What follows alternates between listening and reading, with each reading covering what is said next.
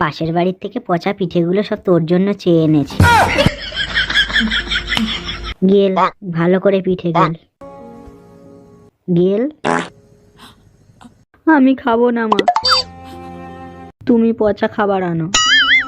তুমি আমার জন্য শুধু পচা বাসি এইসব খাবারই নিয়ে আসো।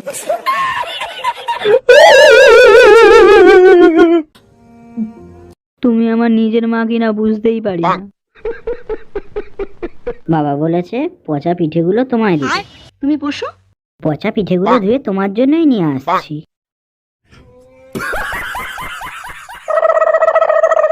মা একটু পিঠে দাও না, কামড়ে কামড়ে খাবো।